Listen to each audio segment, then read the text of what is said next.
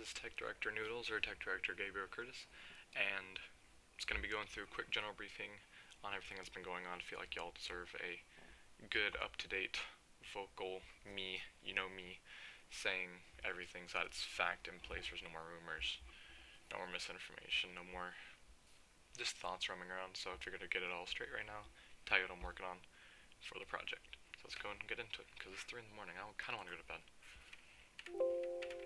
Alright. Is the Cobet project dead? No.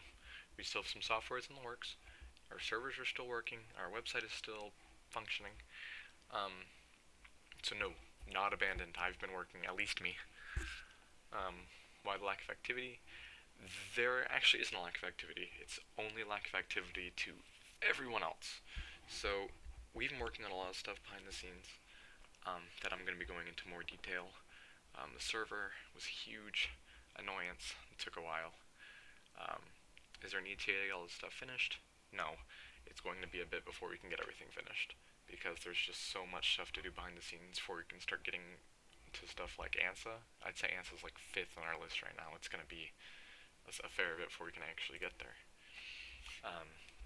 Something I've been working on a lot is accommodation for developers. So a while ago, the founders of the Cobet project had to make a choice. Do we want to keep all of this proprietary and only available to people who use the Cobet project software, one brand, or do we want to make our libraries available for everyone so that everyone can have secure software and private software like us? We decided that the latter option was more friendly to our mission statement, was to keep the internet anonymous, private, and secure. Just keep an overall better place. So that's what we're starting to do. We're starting to make more libraries to accommodate developers. Once we redesign the website, which we'll talk about later, the source code for everything except for ANSA and FRISP, which are proprietary products, will be available. Okay, I'd like to introduce PETA, also known as a pain in the ass. It was named after the blood, sweat, and tears. Literally. I cut myself on that case so many times. It was sweat because it's hot up there, and I cried over that server at least twice, because it was annoying. It was true to its title. Especially under a very limited budget of $150. Luckily, I had a lot of parts on hand, so we got a pretty good spec server. 40 gigs of RAM. This is really for the tech nerds, if you can skip this part. It supports 40 gigs of RAM. 32 gigabytes is actually being used by our VM on Proxmox.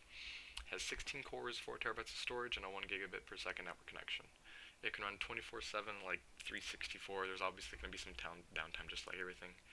It'll likely be the server we use for a very long time. Hopefully we never have to pay for a VPS. That's awesome. And it's going to run a custom written server software designed for security, which we'll talk about.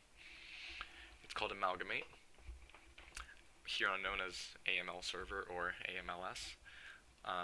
It's a custom written secure server software specifically written to accommodate the security and privacy needs of our users and staff. So it's going to be used for everything. AML server will be the heart of everything. So that's why it's so important that we get this developed right, and that's why it's taking so long. As I just said, it's currently in development. It's on build 178, and it'll likely be released around 250, 300, maybe more, depending on what features I want to add as I go along. There's still a lot more to be added. In fact, there's critical functionality I still need to add. 178 builds of just infrastructure and making sure it's secured, and it's a framework. And since this server will only be deployed on PETA, this is not going to be a public product. So this is not going to be something you can download. Right now, it's the primary focus of the Cobet Project Technology branch, and it has been for the past 2 months. For the tech nerds, there's a protocol that Amalgamate uses called Palms, and that's how I'm gonna refer to the PETA/Amalgamate mix. Branching off Amalgamate, we have IAML and AMLC. IAML stands for Integrated Amalgamate, and AMLC stands for Amalgamate Client. There is a difference I didn't mention here. IAML is a library developers can use to put in their own products, and AMLC is a standalone product used for accessing the server and the files on the server. So AMLC is a client, IAML is a library. IAML allows third and first party developers to integrate Amalgamate into their secure applications, so good security, good files, they can access all of your encryption, good stuff. It is being developed alongside Amalgamate and Palms, and is currently in build 43 out of an expected $150. So you see, common theme. This is something that even the technology branches know about. This is pretty much just a concept, but something I'm hell-bent on doing for sure. Cuisine SDK. Don't know how I got the name. It sounded cool. It'll be a way for developers to integrate security, encryption, privacy into their own application. This is different from IML because this is not involved a server. This is, if y'all remember ALDK, all that stuff is going to be Cuisine SDK. It also includes a UI kit, which I'll talk about later. It's not in development, but it is planned, and I don't know how I'm going to license it. So I don't know if I'm going to make it open source or closed source. I don't know if you're going to have to pay for it or not. Hopefully, I don't want to have to make people pay for it, but as we'll talk about later, finances are getting a little tight. So let's talk about what Cuisine SDK will include. It'll include the Cuisine UI kit, which is just a nice UI kit, has macOS style buttons and smooth UI. It's what you've seen in Answer Red. It'll be that kind of UI. Cuisine SDK will also include a plugin kit. I don't know what I'm going to call this yet because it's, again, this is all super hypothetical, but it's something I definitely want to get done. But the plugin kit is something that is kind of on the fence. I don't know if I want to do this or not. It's easy enough. I've done it before, but it's a security risk, which is kind of goes against our fundamentals, and it's complicated for people to write. So the plugin kit will contain libraries, tools, and an IDE type environment for people to develop extensions to our software, specifically our software. And right now there's an extension kit for FRISP that we're planning, and right now it's currently restricted technology branch staff, but it could contain that. Cuisine SDK will also include 2 branches of ALDK. Y'all remember ALDK? We use it in every product right now. It'll include 2, ALDK 2.1 and ALDK 3. Think of ALDK 2.1 as the stable build and ALDK 3 as the unstable build. ALDK 2.1 will still be used for everything except for experimental builds. So, for example, ANSYS 7 in the future will probably use ALDK 3 because it's an unstable product using an unstable library. It all lines up. Whereas mainstream ANSYS Red, or ANSYS 6, or ANSYS, will be using ALDK 2.1 because it's stable, goes to stable library. Okay. ANSYS. Remember this? Yeah, we've talked about this in a while. Remember how I said this is like 5th on the list? Now you know why. Here's an issue. Every version of ANSYS is currently defunct because they all rely on the old FTP server we were using, which will be replaced by Palms. That is going to take a long time to replace because there's a whole sequence of events leading up to replacing it.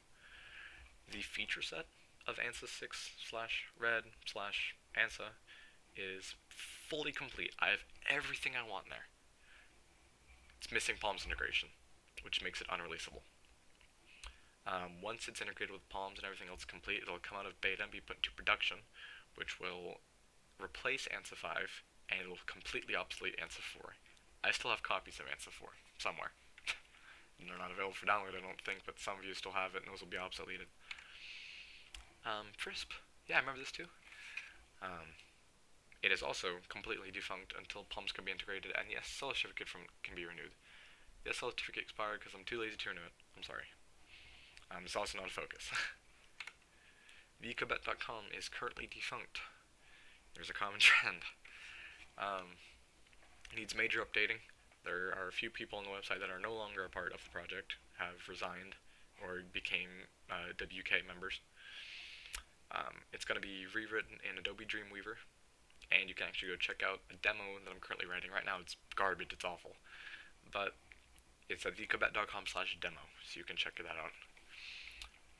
And just renewed the domain for 2 years as a proof of intent to continue the business, so thecobet.com will remain for at least 2 years. If it's going by the end of 2 years, I'll renew it again. Hopefully it is.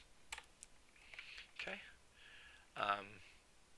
Would like to mention the resignation of senior tech operator Connor Knight and the impact of him leaving.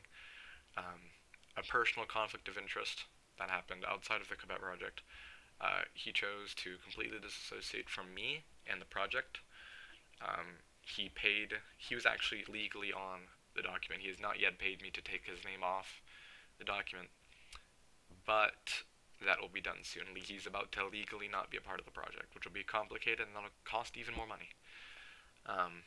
So personal thanks to him for a full year of work for the Cobet project and all the money he's put towards it, all the donations, all the work, and best wishes to him wherever he may be going, because none of my friends, no one in the project has contact with him. So, salute. Overall struggles. All of us know we're struggling motivationally. Nobody wants to do anything.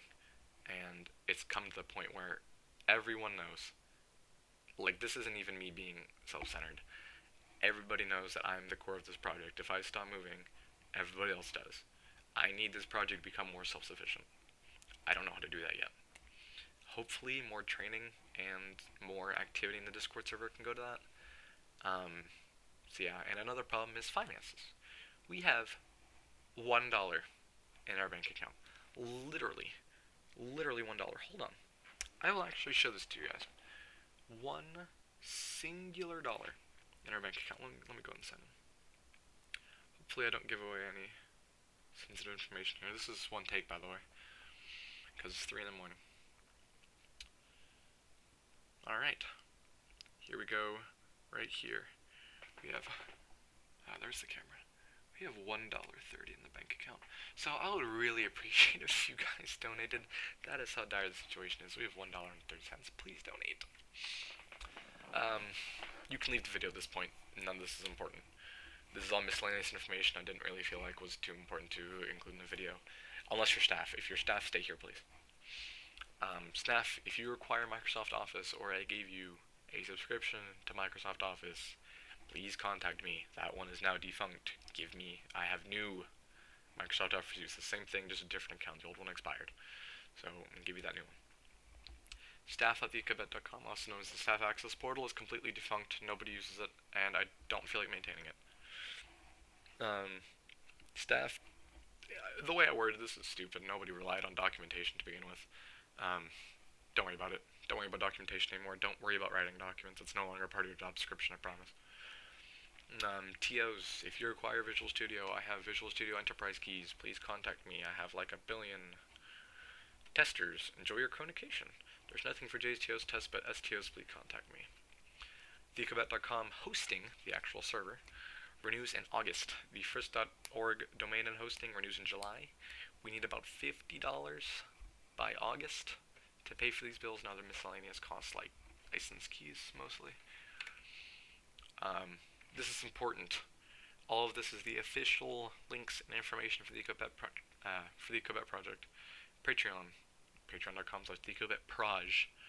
LiberaPay, liberapay.com/thecobetproject. Instagram is at thecobetproject. Facebook I can't sign into. That's for PR, at PR. YouTube is the Cobet Project Official. It's also this, the one that's hosted on this is the official channel. Google is the Cobet Official at gmail.com. The robot contact, thecobetrobot at gmail.com. Official contact, contact at thecobet.com. Technical director, that's my email. Palms, that is the IP address for the Palm server. So that's going to be it, guys. I just want to say thank you for your continued support. There are a lot of people here who have been bored out of their mind in this project, but have continued to stay here. Special shout out to Evan, Soren, and Strawberry, because y'all are one of... Actually, let's see who else. Who else can I give a direct shout out to? Alright. Wyatt. I'm going to go shout out to Wyatt. Coda has been here for a while, but I don't think he's a tester anymore. Evan, Soren, Mason, Templeton, Sebastian, Strawberry. That's about it. Those are all the people who have stayed here since day one. So, thank you guys. Yeah, I was going to actually put this in a Discord message. I decided not to. So yeah, thank you guys for your continued support. And, that's going to be all. Bye.